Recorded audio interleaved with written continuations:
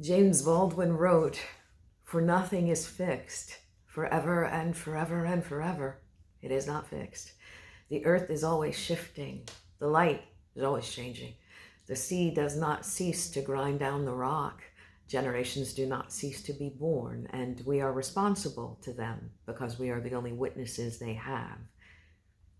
Your vote is your power." In this country, two meaningful ways to demand change are to peacefully protest and to vote. The common denominator between the two, people power. There's power in numbers. A couple of years ago, I was a part of a crowd protesting in downtown Newark. We chanted 1, no border wall; 2, no kids in cages; 3, no separation for our people. I felt that sense of power again at a Black Lives Matter rally where the names of Black people who have been killed by the police were spoken out loud. Name after name after name after name after name. I started counting, but at a certain point, I just stopped. The number of names was profound, and they just kept coming.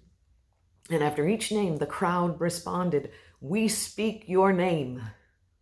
Turns out there were over 100 names spoken aloud that afternoon, and I knew we could have been there for hours, acknowledging so many more deaths.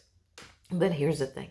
There were so many different kinds of people at this rally, just young, old, people of different races, and that gave me hope. Like, maybe America is demanding change. Power concedes nothing without a demand. It never did, and it never will. Frederick Douglass. Your vote is your power. There are a lot of famous leaders who have demanded change, but I'm going to tell you about one you might not know. Voting rights activist Fannie Lou Hamer. Fannie Lou Hamer was a Black woman born in small town Mississippi. She was the granddaughter of enslaved people, the daughter of sharecroppers, the youngest of 20 children with a 6th grade education. In 1962, Fannie Lou Hamer attends her first voting rights meeting at William Chapel Church in rural Mississippi. She is 44 years old and hears for the first time in her life that as an American citizen, she has the right to vote.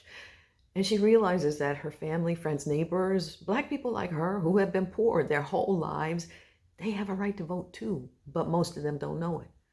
So that meeting was a game changer for Mrs. Hamer. She and several other Black volunteers go to their local Mississippi courthouse to try to register to vote. Only 2 of them are allowed in.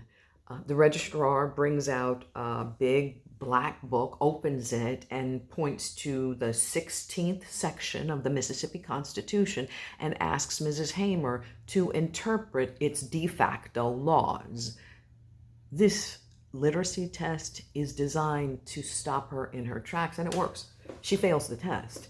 But here's what happens to Mrs. Hamer just for trying to register to vote.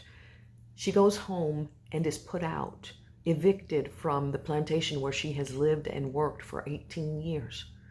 A few nights later, gunshots are fired, 16 of them, into the home of one of her friends. The intended target? Fannie Lou Hamer. Thankfully, she wasn't there. A few months later, when returning from a voter registration workshop, Fannie Lou Hamer is taken into police custody and tortured, brutally beaten. If only we could talk about intimidation and police brutality in the past tense. If only we could refer to it as the barbarism of long ago that our ancestors like Fannie Lou Hamer had to endure. If only. Here's the bottom line. Your vote is your power. We have a say in choosing our government representatives, and like Fannie Lou Hamer knew, that's a really big deal. So big, in fact, that she was willing to risk her life for it.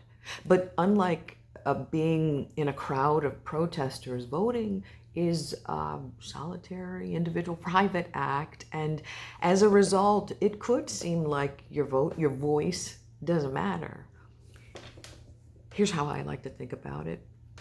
my single vote is to the upcoming election as an individual snowflake is to an avalanche. That's people power. That's demanding change. Election day is this coming Tuesday. Make a plan to cast your vote. Find a drop box, vote in person, however you do it. Make sure you vote, because your vote is your power.